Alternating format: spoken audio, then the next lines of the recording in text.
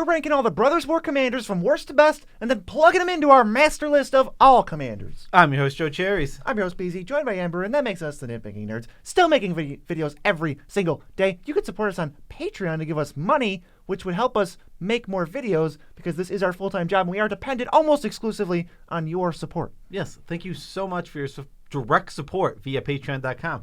If you want to buy awesome swag shirts that you see on this channel every single day, those are on IntoTheAM.com. Use our affiliate link in the description below. Get 10% off your order and be 10% swaggier. 10% saving dollars with the Nitpicking Nerds. Moxfield sponsors us. There's an ad. Maybe it's shortly. Maybe it's in forever. You'll never know, but we'll let you know when it comes.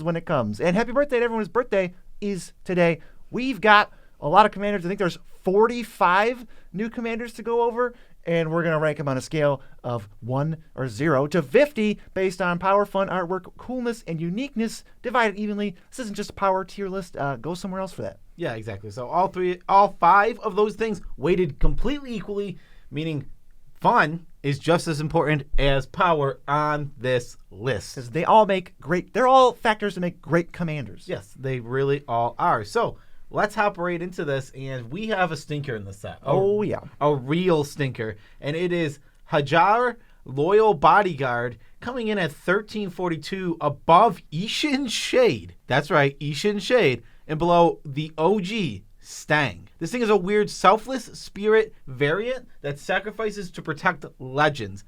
I don't know what you're supposed to do with this card. It's extremely weak. I know it pumps power too, but that's not helping us. This is the easiest one I've given for power in a long time. It doesn't do anything. It doesn't inspire anything. I don't see much here. The art's okay. The character freed Mishra when he was captured by the Falaji. I don't care. Yeah, exactly. So this guy is just extremely loyal to Mishra, and that's about the whole story we get out of this. That's all. I'm sure that in the books, this guy probably has done more, but sorry. Loyal Bodyguard, not exciting. Why don't we just get right on, because this guy's boring as can be.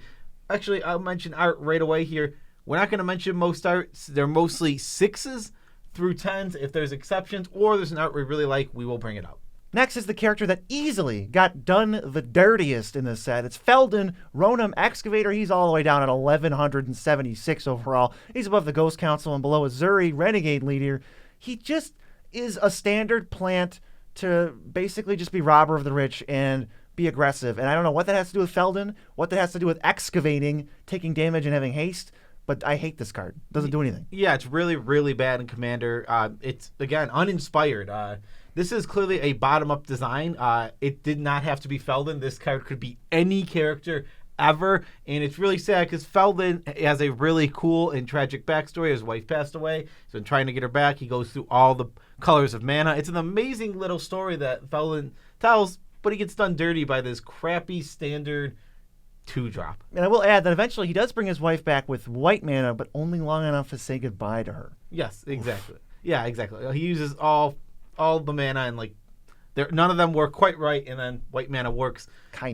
Works enough to let him say goodbye. Well, he also realizes that when he gets to that point that he shouldn't try and bring her back. Moving on now, we have our first instance of Mishra on this list. Don't worry, there's 3 more. It's Mishra, Excavation Prodigy, above General Tazuri, and below Kami of the Crescent Moon at 1026. This is another one that just isn't there in power. His ability can only trigger once per turn. That's a killer. That's a very big killer on this card. You can't really do too crazy much with it. It's nice that it has haste, but having to pay 1 to loot, I'd like if this was just a normal looter. Sadly, this card just isn't quite there where you want it to be. Uninspired again, so there's not very much fun to be had with it. Yeah, when cards don't let you do that much, you can't have that much fun with them. Very true. Very, very true. And Mishra is obviously a 10. He is Urza's brother. They are the brothers of the Brothers' War. They go to war. He is being corrupted by Phyrexia. He's literally turning evil, and it's sad. And eventually, Urza blows him up with the Silex to end the war. And we got more Mishras to cover, so maybe we'll sprinkle in some more lore as we go. But now it's time for Farid, Enterprising Salvager, 1011 above Hazazon Tamar, below Galea. It makes scrap tokens. You can sacrifice artifacts to do stuff. kind of cool. I like that the token just does nothing because it's just scrap. There's no abilities on it. Yeah, it is a very cool card. That's where all the uniqueness comes from. The 6, it makes a token that does actively nothing, which is just a cool little thing. This is an artifact sack deck. It's not that unique. We've seen this. It's not groundbreaking. Yeah, it is pretty fun though. I love the idea of piling up useless, stupid tokens and then doing anything with them. Like you can be triggering your your reckless fire weavers and stuff like that, or you can just use something like Brutaclad to turn them all into something really strong. In a deck where this isn't the commander, yes, but as commander, as far as lore goes, Farid was a soldier fighting for Mishra, more concerned with his own safety than the victory, so maybe not the best soldier, and he's hardened by war. How generic. That is very generic. This is one of the commanders from the pre-con, so we can move on from there. And next we have Maraschiello of Argive. They are above Angus Mackenzie, below Viconia. It's only a 3 for power, and I think the main reason for that is soldiers doesn't have a lot of support overall, and there's not a lot of strong cards within it. Like some of the other ones, like goblins, is just a strong overall creature type. So if you play goblins, your deck can be a lot stronger. Soldiers, a lot weaker, meaning the deck for Myrel is going to be a lot weaker. Yeah, I think Myrel is not that great. It doesn't give you a support color. It's okay. There's not a ton of combos to even pull off in mono white. There's some. But it's not like you're playing blue-green or whatever. This is just so medium. I have no interest in really delving too much deeper into what this card can do. Just know it's a pretty good soldier's card. They're actually a non-binary character. They're Kayla's right hand in Penregon, which is the capital of Argive. But I find it very weird that there's nothing to say about this character other than that they're non-binary. Yeah, and I just want to mention fun real quick. It loses all the fun points because players can't play in return, and that is not fun. That's not a fun line of text to have on a Magic card. Yeah, it loses 1 point in the give non-binary characters something to do wizards category also. Yeah, I mean, has this character exist since like the book was? I have no idea. And was this character non-binary in the old books, or was it retcon? That is a great question that I would love to know. Time for our first Transformers card. It's Jetfire, Ingenious Scientist. These are all going to be flipping back and forth between the vehicle side and the regular side, and you can cast them on either side pretty much. This is above Myria and below Pramicon at 913. This is just the stinkiest one, so there's not a ton to say. It wants counters, and it adapts and removes counters to make mana. Not a huge fan. It's okay. There's a little bit of things to do here. Yeah, it's a pretty strange card, and literally every single one of these Transformers cards is a decent coolness. Like you're not going to see you're not going to see anything lower than a 5 or a 6 for these for coolness, even for Jetfire, who no one has ever heard of. Like who knows? No one's favorite Transformer. Yeah, who's your favorite Transformer, BZ? Oh, I love Jetfire. Jetfire. Wow. When are they going to put Jetfire in Magic? Yeah. So it's pretty low on coolness for a Transformer, but Transformers overall, really, really cool. And these arts, there's a lot of very, very good arts for these, especially when you look at the, what is it called? Shattered Glass? The Shattered Glass ones. The Shattered Glass has really cool. They're all like, I think they're literally images taken from the new cartoon they're doing. Yeah, also, we're not giving you the lore for any of these Transformers. We don't do that for the universe's beyond level stuff. This is just a Transformer. As far as Magic is concerned, they don't do nothing. Yeah, exactly. And there are obviously cooler Transformers, and there are less cool Transformers, which we can tell you from either looking at them or the fact that they're named Optimus Prime. Next is BZ's actual favorite Transformer, Goldbug, humanity's ally. He is an ally. Above Allura and below Zurium at 851. This one cares about humans. The issue with it is it needs to be attacking, and this is not a good attacker. It's not strong. It's just like a 3/3. Yeah.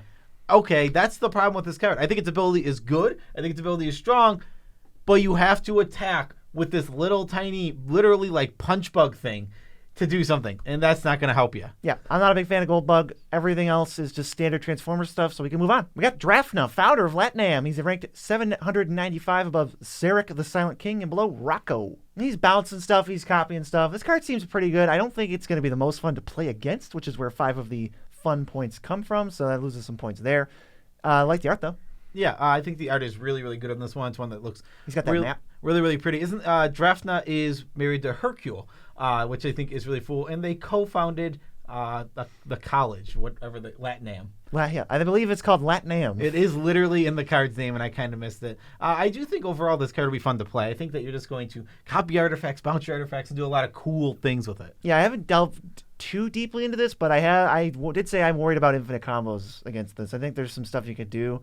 So I would be a little cautious playing against it. Yeah, I'm kind of on the other side where I think this card won't combo that often, but it will sometimes combo. Harbin, Vanguard Aviator, above Sekawar Deathkeeper, and below Halden at 769. This is another Soldiers Matters card, but it's randomly pushed. It's a 3/2 flyer. For two? For two, which is really cool. I mean, it's going to get in early, but the real issue is soldiers aren't that strong. This deck has a chance to be strong, but soldiers are pretty weak. It can get going. Yeah, flying lets you actually get in damage, and then you can give all your other soldiers flying, which lets you accomplish things more so than that other guy who was a Watchwolf, whose name I already forgot.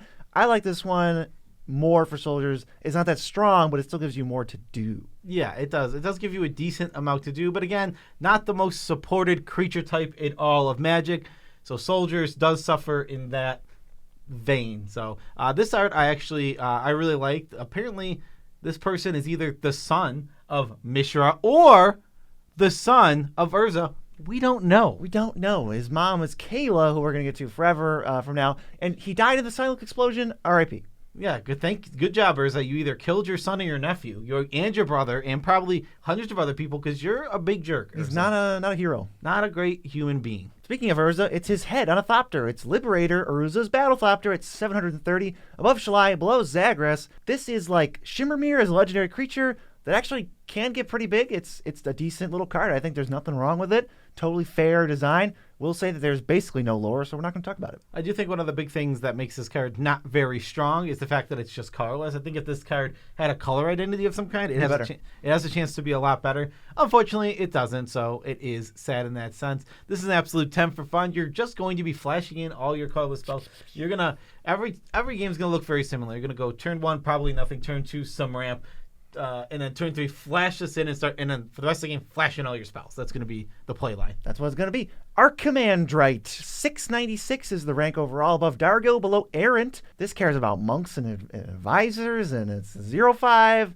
Huh? It taps to draw cards? It's a life gain deck. It's a very strange amalgamation of things. It's just like, here's 3 creature types that don't seem to ever normally have to do with each other, mushed together into this one card. That said, it's super fun. This is an awesome life gain deck. It's an awesome, take 3 creature types, put it together. I will say I'm a big fan. There's one later on here where if you take multiple creature types and you push them together to make a new creature type amalgamation deck, I think it makes something really cool. It also just gives you a couple paths to go down. You could play all monks if you want to. You could forget the second part and just care about gaining some life if you really wanted to. There's a couple ways to go. I don't see any lore for this character.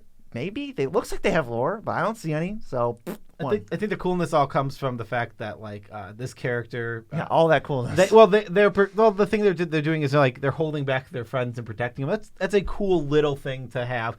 This card is very unique though. It's just all the words on this card we've obviously never seen anything combined into this type of thing. We've also never seen a website combine more features than Moxville.com, and yet Moxville.com doesn't get a 1 for coolness. There's plenty of lore. Go check out what Harry and them have been up to and all the different changes they've implemented. It's the best way to build a deck. You should be doing it. Yeah, honestly, Moxville.com is amazing. And actually, when I posted yesterday that there was potentially a new #1 commander, and you'll see later in this video but on Twitter, multiple people guessed that the new #1 commander would be Moxfield.com. And how did they know Moxfield will always be #1 on this list? It is always #1 in our hearts. Even if we never show it. Even if we haven't put it onto our master document of all commanders ever. Up next, we have RC Sharpshooter above Kroos, below MEL at 683. This is a weird, remove counters to shoot things, and then on the other side, it gains counters to flip back. This card is really, really strange, but I want to say something about Transformers really quick. I understand that there are some female Transformers, some male Transformers, which is already weird because they're robots. Right, it'd be at best you could say female presenting. But why do Transformers, most of the males are flat-chested, and this clearly woman one. Busty gal. Yes, is a busty gal. It is very weird to me. I don't understand. And I also don't understand why RC is the only Transformer who just doesn't get a Shatterglass promo. Sorry, I guess, or unless that's an error. I didn't see any on Scryfall. What the heck? Yeah, also, it's so weird. I'm going back to it for 1 second before we move on to the next one. It's not like these robots were built by humans. They're aliens. They're aliens from a completely different planet. They're robots also. What made it develop so that it had a chest? She's a car. And there's one other woman, and that's also, I believe her name is Flame War, that's coming up, and she also is busty. I don't get what's going on here. We were already questioning what even makes them male or female at all. Yeah, at all. And why would they look like this? It's so weird to me. We don't know Transformers lore, clearly. Let's move on. Loran, Disciple of History. It's Felden's wife. She's above Lazav and below Akiri at 669. Nice. She is going to give you artifact creatures back when she enters and when legendary creatures enter. So you can really churn through some stuff. There's a deck here. It gives you a very clear direction. Play artifacts, play legends, kind of like a fairer Teshar. She really loves legendary artifacts as well, because legendary artifact creatures are going to go boom, work both ways to get something new. Yeah, exactly. You can get them back, and you can play on this card. Hopagear, watch out. Yeah, it's a very straightforward deck. I don't think it's going to be the most fun to play because I don't think there is very much power here. It's linear. It's linear. It's a 4-mana regrowth effect, and then you can get more regrowth effects, but what else are you really doing? I love this art. I thought it was very pretty and very well done. The main thing I loved about it, I love how the scenic background of she's excavating somewhere. It looks really good. Yeah, we already mentioned she's the wife of Felden. She was co-founded the Third Path with him to defend against both Mishra and Urza. I never really knew what the Third Path was. It's like, hey, don't blow everybody up. This is the third option. And then knew them as kids, died of an illness 10 years after the war. Thank you, Amber, for touching my chest. Felden tried to resurrect her, and then we talked about she only was able to say goodbye. It's very, very sad. Let's move on to the next one. Who is the very first Urza on our list? It's Urza, Power Stone Prodigy, above Evelyn and below Will at 628. This is just teenage Urza, and one of his main weaknesses is just like Mishra, it can only trigger once per turn, though it makes sense that these would be weaker power-wise as they are young versions of the characters that will soon become very powerful. Yeah, I like making the Power Stones. I think with blue, it's much easier to untap him and then use him on a different turn than yours to make really pump out Power Stones. So I like this card. I think it's cool. I could see building this one. This is more entertaining than the Mishra one, which was just kind of like a snoozer. So I'm happy about it. Urza also has more lore than maybe anyone else. He's completely out of his gourd. He frames himself as a hero, but definitely a peacemaker, any means necessary. Yeah, and the Brothers' War, which happens because his brother is corrupted by Phyrexians, leads him into an obsession with Phyrexians to basically eradicate them. A lot of people die. Yeah, a lot of people die. Phyrexians are terrible, and the killing off the Phyrexians is probably the right move, as the Phyrexians will kill off you if you don't kill off them. Yeah, it's the best defense is a good offense, but he kills so many allied innocent people. Yeah, I mean, just one great example of the most bad move that he did was when he led the Phyrexians through Sarah's plane, completely destroying Sarah's plane. Yikes, that's a plane. He made a conscious decision to destroy Sarah's realm. Yeah, not cool, Urza. Not cool. We'll get back to you later. Sandwell, Avenger A, 618 is her number. Above Lavisa Cold Eyes, below Trazen the Infinite. 2 mana, it comes down early, and when you attack with it and an artifact creature, combat damage can't be dealt to it, and the trigger on attacking with an artifact creature says that you look at the top 6 and cast either a vehicle or an artifact creature. One of the main weaknesses of this is it's mono white. You don't have a ton of options. There are some really good artifact creatures you can cheat here, and this card is pretty easy to get going overall. So it's a cool card, and I think it is an extremely fun one. It's not hard to set up. You can get it going very quickly. Its main weakness is how many real big giant threats can you cheat in? I mean, I could think of Worm Coil Engine. You're not cheating anything, right? You're just playing it. Yeah, you're right. You're not cheating anything. You get to cast it, which is super cool to get to cast something from among the top 6. But again, it's still got to be mana paid. So it's white card draw. Look at that like that. Yeah, it kind of is. It's a really cool card. I think it's a great design. I think it's super fun, but I don't think it's the strongest. Sandwell's got no lore. Pretty sure it's a guy, as far as I can remember. There's a pilot. He got burned in battle, and Mishra attacked, and then he fled away. And we're going to flee away to the next commander, which is Gwenna, Eyes of Gaia, ranked 581 above Ifara and below Sigarda, host of Herons. She taps for 2 mana, and then your big creatures untap her and make her a little bit bigger, so you can just kind of storm off. It also lets you cheat out really small cost but big power things like Galta. Oh, boom.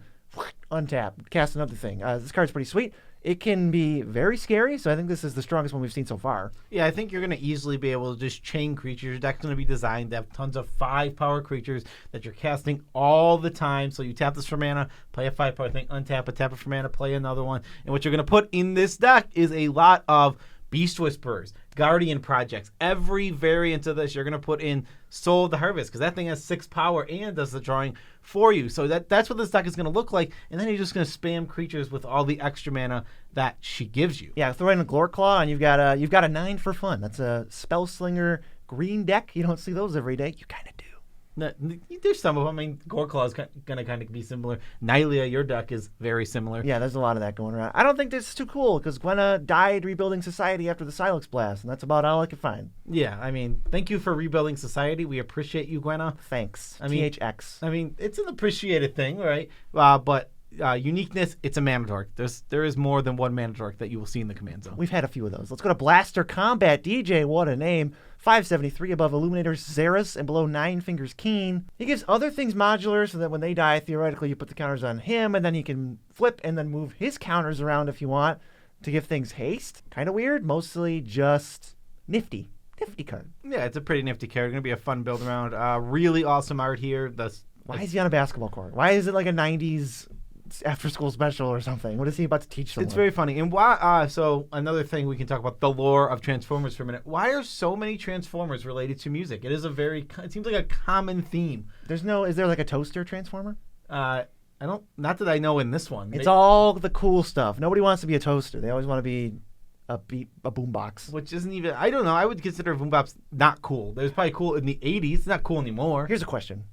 This is not a functional boombox, right? Like, it plays music, but you can't carry it. How much does this weigh? Like 50 tons? Yeah, you would assume so, but I also I assume in the show you will see somebody. There's probably a 7-year-old just lugging this thing around. You can blow Blaster over with a gust of wind. Yeah, it is pretty strange to think about, right? Because when it's a giant robot, obviously the kids can't pick it up. But when it's a boombox, which is the same mass put into a boombox, they can just pick it up. We're going to move on. Next is another Transformer. It's Slicer, Hired Muscle. Above Stang, Echo Warrior. Below Gorion, Wise Mentor. F567. This one is decently powerful because it comes down, it has haste, it attacks right away, it does a decent amount of damage, and then you give it away to your opponents, and they attack with it every single turn. And what you're going to do here is you're almost never going to not give it away, so it's never going to flip to the backside. It's always going to stay on the front side. I think you want to pump up this thing's power, make it even better, give it trample, do all of these things so that when you give it away, your opponents are killing each other with this card. It's decently powerful. I like it. That's going to speed up the game if they don't answer it for sure. And just throw some hexproof or something on it, you're going to be good to go. And I love that it's goaded, so it's forced. They have to do something. And I love that they have made these cards that you give away and goad so much better by putting the "they can't be sacrificed" text in them. It is so important to these cards. Otherwise, these cards really stink and do nothing. Yep. Let's go to Blitzwing Cruel Tormentor, 565 above Gorion. We just got there. And then below Polukranos World Eater. This little rascal is kind of like a wound reflection. You could really get messed up if you sort of like wait with Blitzwing in the command zone and then make somebody lose half their life and then, surprise, you're dead. Yeah, it can absolutely do a ton of damage from out of nowhere. Blitzwing is really interesting because the backside is really weird. This one can either be a tank or it can be a plane, which is... And you really don't want it to be a tank because it's never going to get through. Yeah, exactly. This thing needs to deal combat damage. And if it's a tank, it's indestructible on the ground, but it's a 3/3, so I need 4/4. It was a 3/5, yeah. It's 3/5. It's just absolutely... It's not threatening. It's not threatening, and at least but it's chosen at random, but if it gets flying, it's easy to sneak through a flyer. Yeah, flying, destructible is not evasion. It's just going to crash into anything. Yeah, another just very, very good art. There's so many good... Shattered glass arts here, and some of the regular arts are good. I think that like just the art direction from the show looks cool. Next is Tokasia Dig Site Mentor above Shigeki, below the Sliver Queen at rank 500. This one is really cool. I love that every one of your creatures gets Vigilance and Tap to Surveil 1. This is actually going to be decently powerful just by itself. And then what's going to happen is she's going to die. You're going to put her in your graveyard and then just pay a ton of mana, like 8. Bring back 10 mana worth of artifacts from your graveyard to the battlefield. I think this is just an overall powerful commander that's going to be pretty fun to play. Yeah, you can just rip through your library. It's not busted. It's just totally fair. That's why it still keeps some of the fun points. It's got a lot of power. 5, it's average among commanders, but we don't want 8s, 9s, and 10s. Those aren't that fun to play against. Those aren't that great for the game. Yeah, like designing a really powerful commander that's not unfun is a tough thing to do, right? Like that's a tough design space. These design spaces are almost perfect when you have a powerful commander, cool build around, lots of things to do, but it's not broken at all. This is one of the arts I didn't like too much from the set. Where when I wasn't a big fan. Yeah, it's fine. I mean, it's not. It's also not bad because just like modern art in Magic is good, and it's very rare that you get something where you're like, wow, that is real rough. Yep, she's an archaeologist and mentor of two Child Urza and Child Mishra. She tried to get them to hand over the stones after they found them in the caves of Koilos and started bickering over them. They got into like a fight, and she stepped between them, and then she just died because she like exploded in their. They killed her. It's like, whoops. It's really sad. These two brothers cause a lot of destruction in their path. Neither of them are good people. But you know who is a good person? Lauren, because we just talked about her, and now she's back. And this time she's of the third path, ranked at 494, above Daxos, blessed by the sun, and below Tooth, the imaginary friend. This is just Rexage, plus half of Humble Defector, and I love every bit of this card. Yeah, and I think it's a much better 99 card rather than Commander, because as a Commander, I don't know, Reclamation Stage just isn't that strong of effect to have on your commander. It could draw some cards, but in only white, there's not many ways to really make sure that this is where you throw in Uba Mask and you throw in like the Spear of the Labyrinth that can't make people draw 2 cards. Then you just start drawing a card, baby. Yeah, I mean, yeah. Lauren of the Third Path is a reasonable card, but it's not that great. It's decently fun. It's also kind of group huggy. People love group hug in some sense, but also I don't like group hug. So I think if I built this, I'd build the selfish version, and I still don't think anyone would kill it. Yeah, it's not going to die that often. Though it does have 1 toughness, so any of those... It'll get swept away. Lauren's great. This card's awesome. It'll get swept away in anything like... when you see things like Yawgmoth, it's just like, it's a free kill. It's always going to kill it. Up next is the first of 2 Ashnods, and it's Flesh Mechanist above Savitri and below Gave at 440. Ashnod is a 1-drop with Death Touch. It lets you sacrifice creatures to make Power Stones, and then it lets you get rid of stuff from your graveyard to get 3/3 artifact thingies. I love that this card is just on game plan online, turn 1 every game, no matter what. Turn 2, you're getting a Power Stone because you're going to play 10 janky, maybe more than that, 20 janky 1 and 2 drops that die into a card or die into a creature, and then you're just going to stack up Power Stones so you always have like 8 mana on turn 5 to just start slamming big threats. This card's sweet. I'm building a budget version because it interests me a lot. Yeah, I think it is a really cool and unique card. The main thing, I think it is cool and unique, but I think one of the main things that like brings it down in fun is I don't think there's a large window of ways to go. Like it kind of keeps it down on fun for me. It's like this is just going to be a very linear, do the same thing a lot of games deck. What I was looking up, it's kind of weird because it's not how I'm building this or how I thought to build this, but a lot of people are playing Zombie Tribal with this card for some reason. Oh, because it makes like zombies, but okay. I didn't clock that as like even in the ballpark, but I was like, I guess I could throw in a few just because like Undead Augur cantrips into a card, and it's like, oh, my tokens do that. Great. Yeah, and something I want to say about this character, Ashnod is kind of weirdly beloved, and I love that she was canonically hot before they made her cards. Oh, yeah. Like, canonically, Ashnod was always an attractive character, which I thought was hilarious. People really like it, and people were very excited when Ashnod got cards. That's the main thing for coolness. Ashnod is a cool character. We know that she kind of doesn't care about people and just will use them as test subjects. Yep, she was Mister's apprentice, had a romantic partnership with Tawnos, who she called Duck. I don't know. And then formed a school with him for mages after the war. She kind of sort of switched sides, or at least wanted things to be over with, and helped get the Silex over to Urza after she was like, what the heck is going on? Okay, no, really, really weird. I don't know. Ashnod seems like an overall pretty bad person. There's half a Minotaur person on her table. Yeah. She doesn't seem to care. Her altar is just like a dead person. Yeah. Ugh.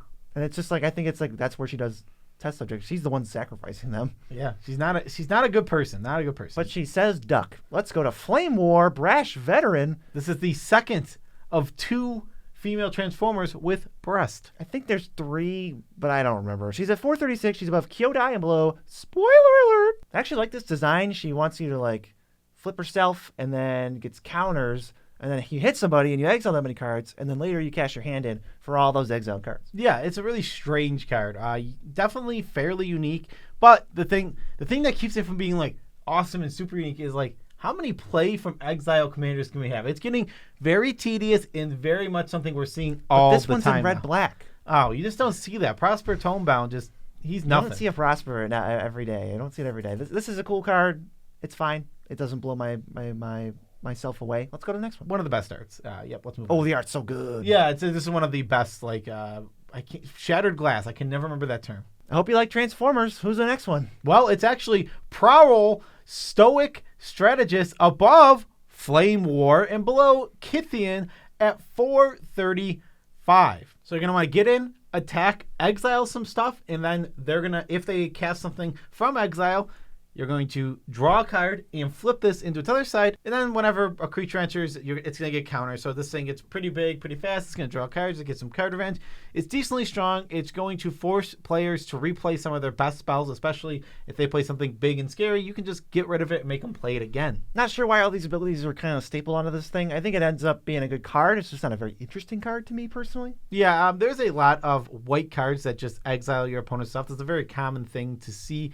The Transformer thing is the most unique thing. And I would say something like this, if it came out by itself as a card, would be the 10 for uniqueness. But it came out with 16 Transformer cards that all have the exact same ability, making it a lot less unique. Turns out, yeah. Let's go to Ultra Magnus. Transformer, Tactician. He's above Miara, below Cedrus, ranked 375. We're getting up there.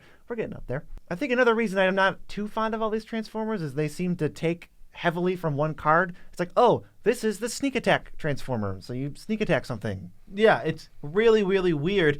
This one leads to a lot of cool flavor fails, though, where it's like he's trying to bring in something really strong to help with the attack. Like that's his thing. He's a tactician. Well, you can drop in something like a squirrel, a plant. Yeah. Oh yeah, something really tiny. Like here it comes. It's a plant. It's a wall. it's the O2 plant from Dominaria. Yeah. It's like, wow. Porphyros Vine Wall. I can't believe Porphyros Vine Wall is here. Like, thanks, Magnus. What a tactician. Like, it's so funny to make him just look like a complete idiot. This is gonna be a fun deck. You're gonna drop in big, giant, huge things. Another one of those great arts. And any Transformer lore you want to talk about today?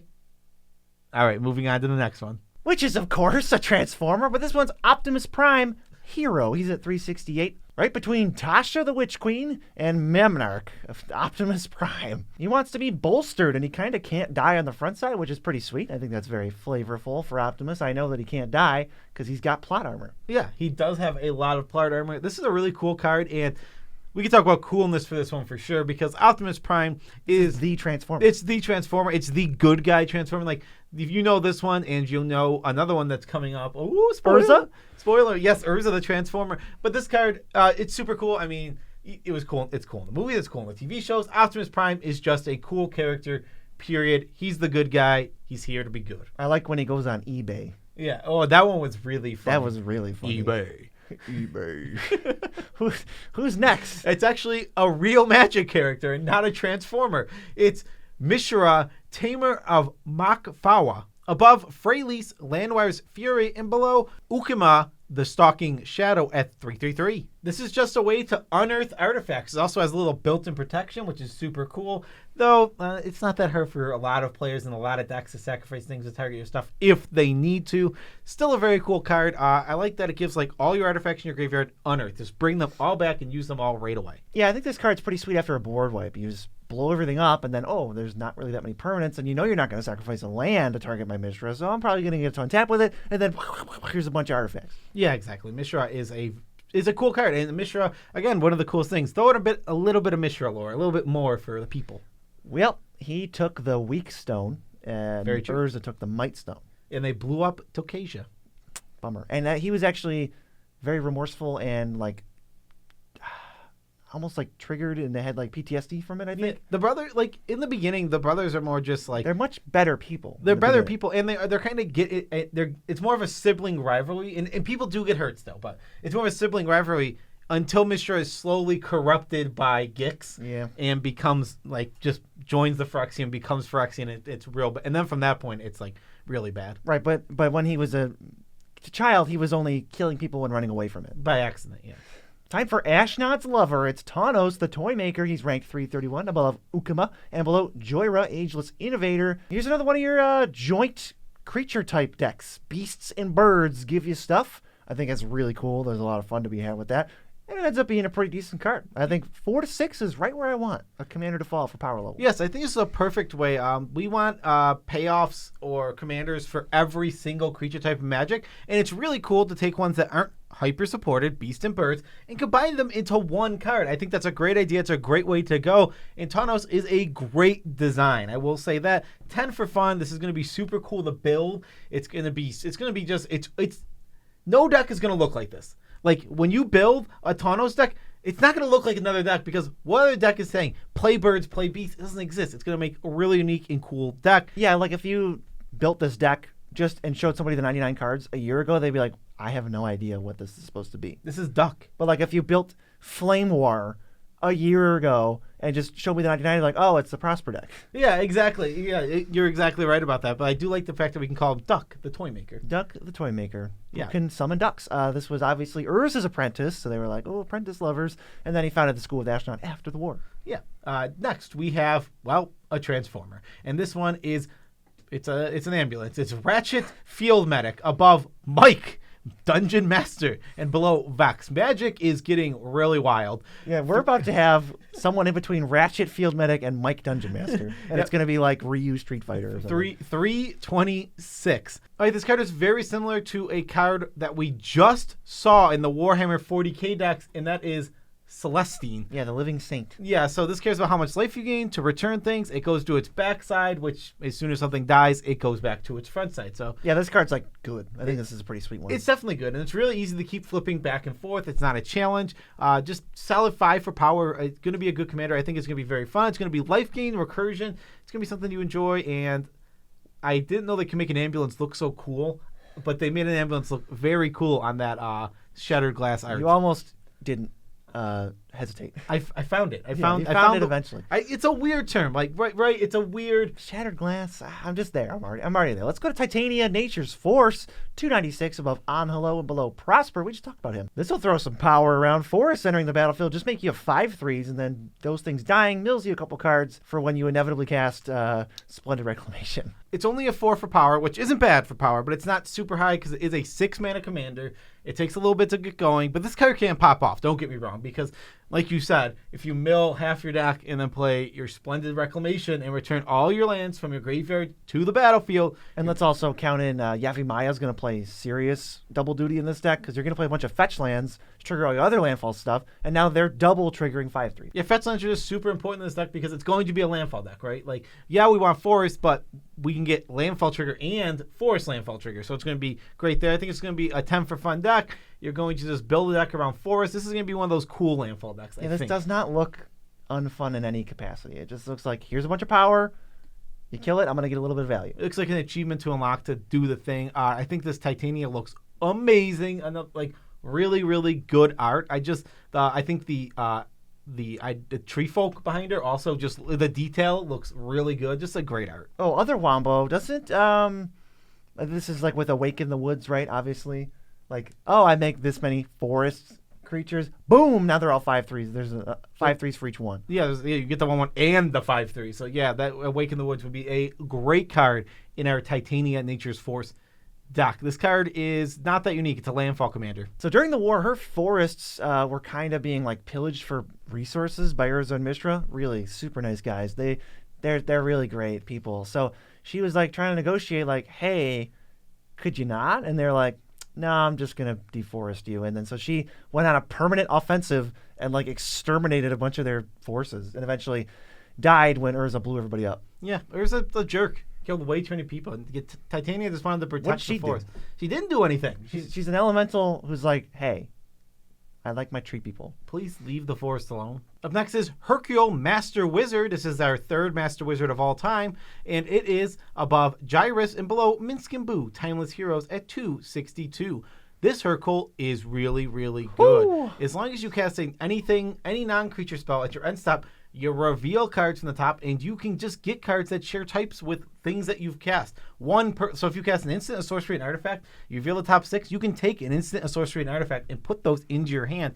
This is a strong Magic card. It can also be built to just draw you 1 card a turn by making like an all-instant deck. Yeah. So you always hit. I think it's top 5, but either way, it's going to draw you so many cards. I'm just thinking Mishra's Bauble, Gataxian Probe, Mystic Remora. Like, get ready for all those heavy hitters, and you're going to lose some fun points for just constantly casting spells, but like, you're drawing so many cards. This is juiced. Yeah, comment Joe Cherries in the comments if it's 6. Comment Beezy in the comments if it's 5. And whoever gets more votes, we will errata the card permanently to say that number. She co-founded LatNam. We just talked about her hubby. Died during a Mishra attack. Womp womp. Used the first ever recorded instance of magic on Terracier, I think the name is, which is pretty cool. By vaporizing 3 dragon engines. That's a lot of stuff. That's cool. Yeah, I believe her first use of magic was turning railings very blue. That's her magic. That's how she. I think it was vaporizing dragon engines. No, as far as I can tell from the art, it's turning railings. That's blue. where all the coolness went. Yeah, her coolness is she gets a 4 for coolness for turning railings blue. They hadn't invented paint yet. They had it.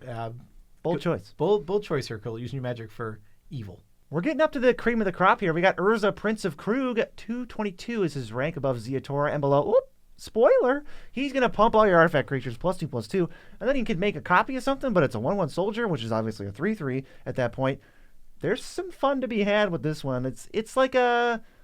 Mostly you're going to play artifacts. So it's a nice anthem, and he's going to be a lightning rod for sure. It's a very expensive ability, I will say, to activate. 6 mana to make a copy of something. It can be reduced. There are things you can do with this. You can go wild if you play like liquid metal coating and then turn your training grounds into 1. And then you can copy your training grounds and get this down to 1 very easily. Heck yeah. It's a very cool thing you can do. I mean, this card has cool, fun things. I don't think it is that strong overall, but it is a really awesome card. Super unique. The Anthem effect's not unique. It's the copy any artifact for a set cost, but it's a 1/1. That is a very unique ability within itself. Yeah, I like this. And we know Urza is just a complete scumbag. Did you know he killed his mentor, Takasia? I did. Accidentally. Yeah, accidentally, and fled the scene and was remorseful.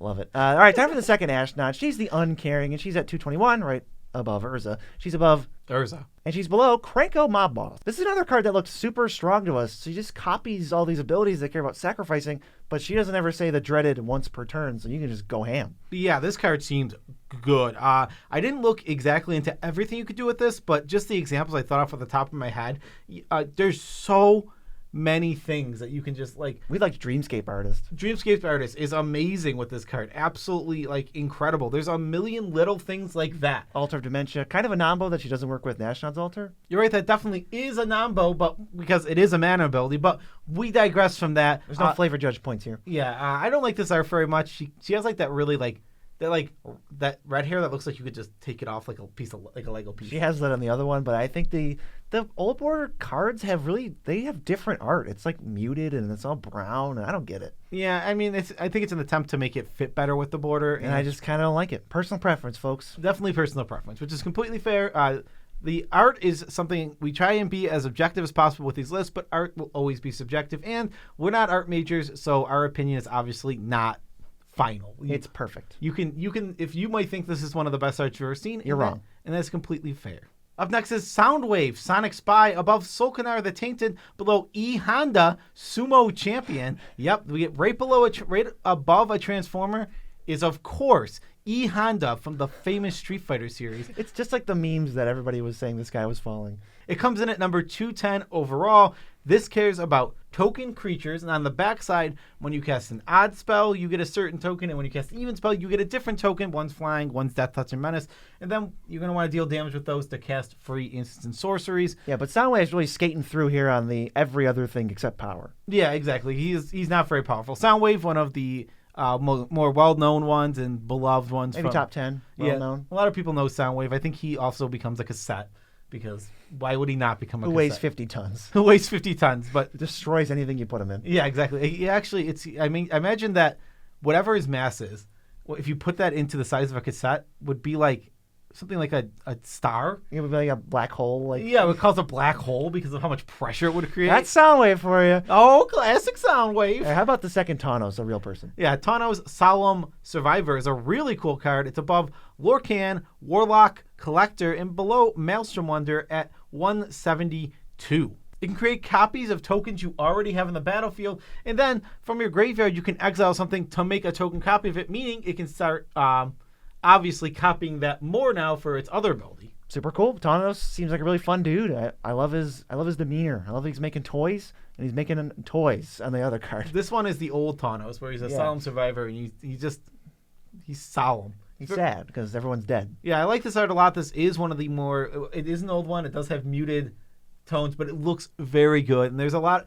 Like, again, the muted tones don't mean it's a bad art. It's less vibrant and colorful. And this card is a unique way to go for, like, a token stack. I like that. I really like that about this card. All right, let's keep cruising through these brothers in a not weird way. It's Mishra, Eminent One. 165 is his rank, and he's above Yuriko and below... Whoop!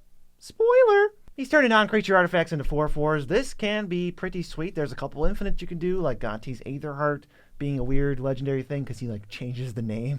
Yeah, I think a lot of this card's power comes from its ability to combo, which it can do fairly easily.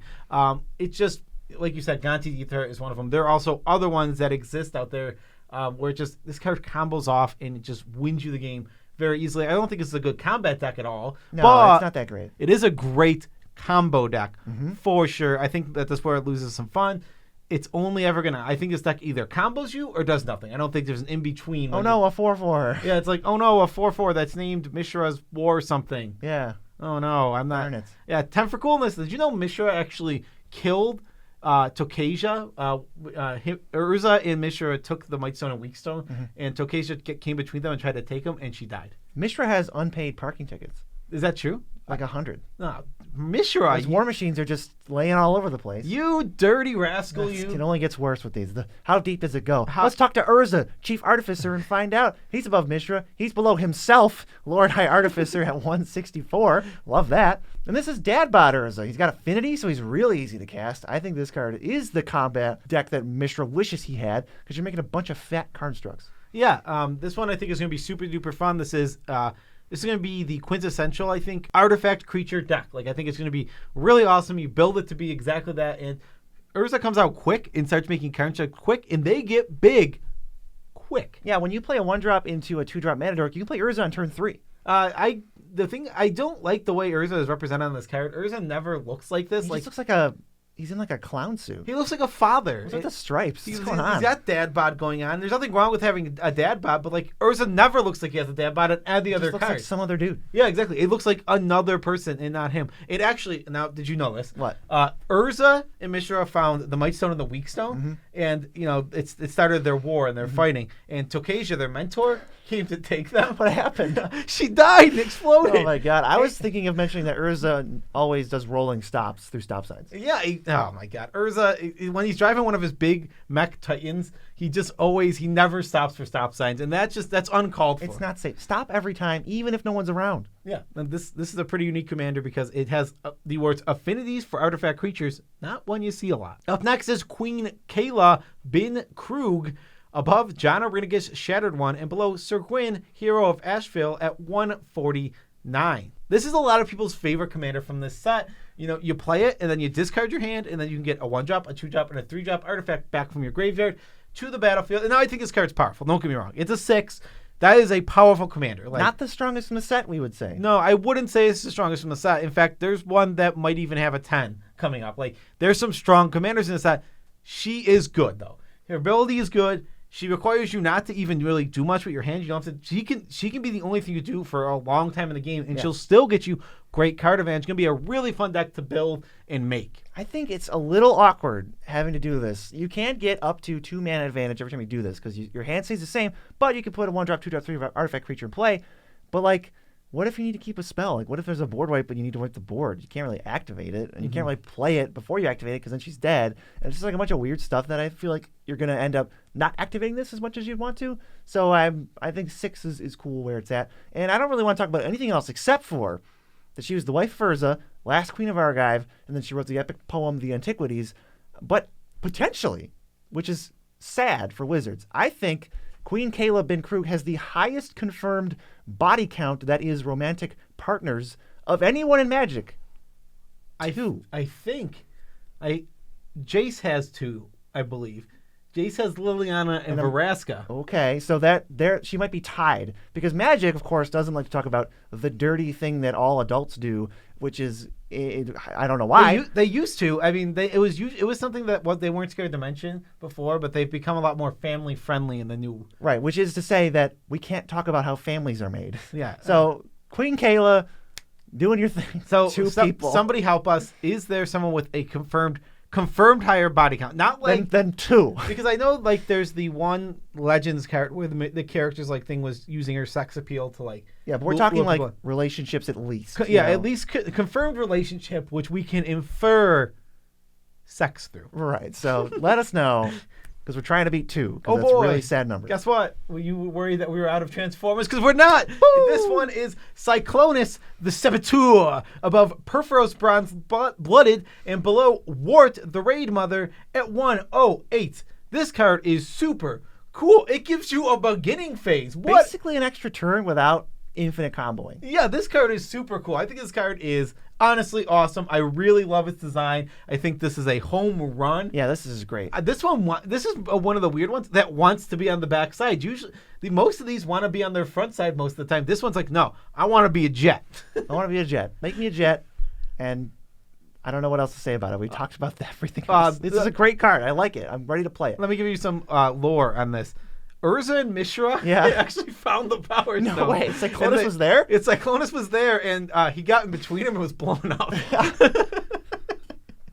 And after no cuts at all, we're going to go to Titania, Voice of Gaia. She's above Athreos, below Tiny Bones, and she's at 79, so we're in double digits.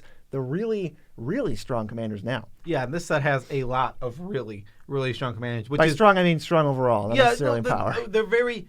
Some of the most well-rounded commanders of all time are here on this list, and like we have more to come. This isn't like Titania's the top one in the set. No, there's more coming. Usually we peak here. Titania is one of the weaker cards. By herself, she's not doing much. She needs her other half because she is a meld card, which this is the first one, which is a 10 out of 10 for coolness. Meld is one of the coolest things they've ever done. That's awesome. And they're not overdoing it. We've gotten 4 cards in about, 10 years, 6 years? 6 meld cards in however long. Which is awesome because they're keeping it reasonable and they're keeping it cool. Titania's flipped side is very good, but she doesn't do anything on the front, and that's what the weak side of this card is, where it's like... Yeah, it's going to be awesome, but you just got to get there. It's really awesome when you flip her over. She returns all your lands from your graveyard to the battlefield. That's already very strong. That's going to wombo combo with the other Titania. Yeah, I like this card a lot. I'm super stoked that it has meld. Now, we talked about Titania. What about Megatron? Tyrant, above Scion of the Ur Dragon, below the Mimeoplasm at 61. Megatron is just impersonating a Heb and make a bunch of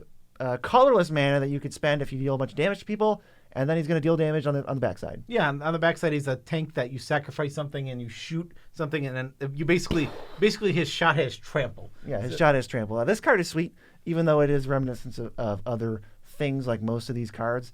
I'm excited for Megatron. I wouldn't be upset to see this one at the table. Yeah, Megatron is it's a really cool card, like you said. This is an awesome commander card. Kind of scary. I love that you can play it on the back. I like with all these cards, you can play on the back side or the front side, depending on when you want to get in the game, how you plan on using it. It combines MDFCs and transform cards. Yeah, it does. It's really, really cool because you're right, they're MDFCs that do transform. It's a very good way to put it.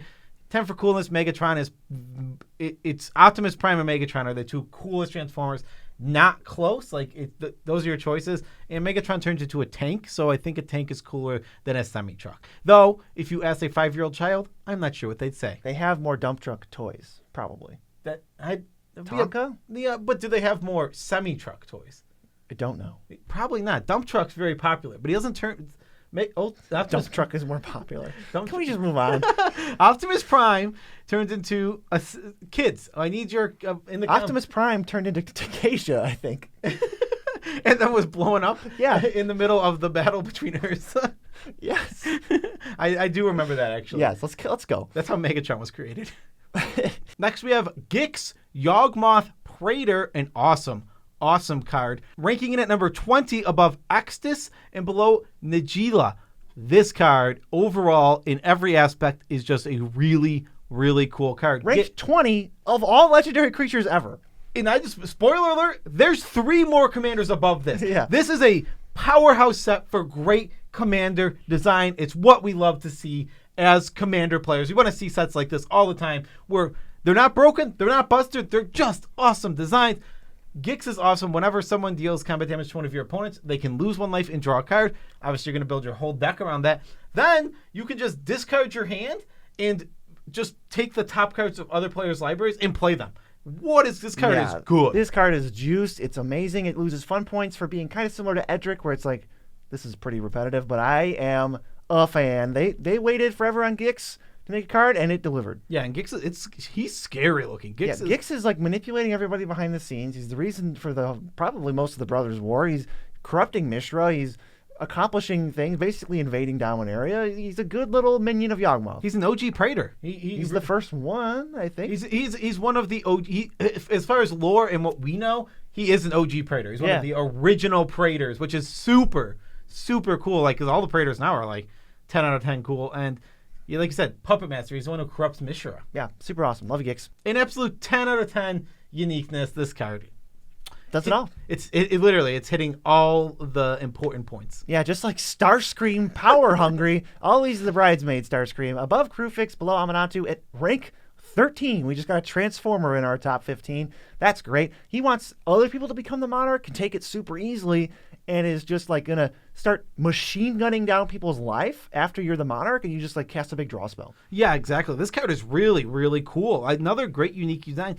I think it's gonna be super fun because you're gonna give away the Monarch, you're gonna be giving away resources, and you're gonna create the minigame that is the Monarch, which we have talked about how it is. There's the fun. It is super fun to introduce into the game, and then he says draw cards after that. Mm-hmm. Okay, we can draw cards. We can do that. That's a powerful effect. Let's start draining them out. Another awesome art. Starscream is probably the third most popular for Commander. For me, he's actually my favorite Transformer. It's like it literally goes Optimus Prime, Megatron are probably the most popular. Then Starscream, then Soundwave. Those then like Jetfire. I guess you know who's missing because he's not in the set. Yeah, Bumblebee's just nowhere to be found. Why is Bumblebee not get a card? He has his own movie. Is it because he had one of those other cards? But Optimus Prime is one of those other cards too, like the gold bordered ones. I don't know. I don't even care. This isn't about Bumblebee. 10 out of 10 for uniqueness. This gives away the Monarch and cares about when you draw cards. Very, very. Yeah, it's right in the sweet spot of just being, just like almost objectively fun and also giving you enough to where you are incentivized to play this card. Very strong card. So there's 2 cards left. I find them very fitting. But let's get to the number 8 card overall. This is above Muldrotha and below Scarab God. It's Mishra, claimed by Gix. This is the meld Mishra that just turns into the biggest, most brutal creature that's already just slamming into you. Yeah, okay. This one is, again, 10 out of 10 for coolness. Mishra, we already talked about how it's a 10 out of 10 for coolness.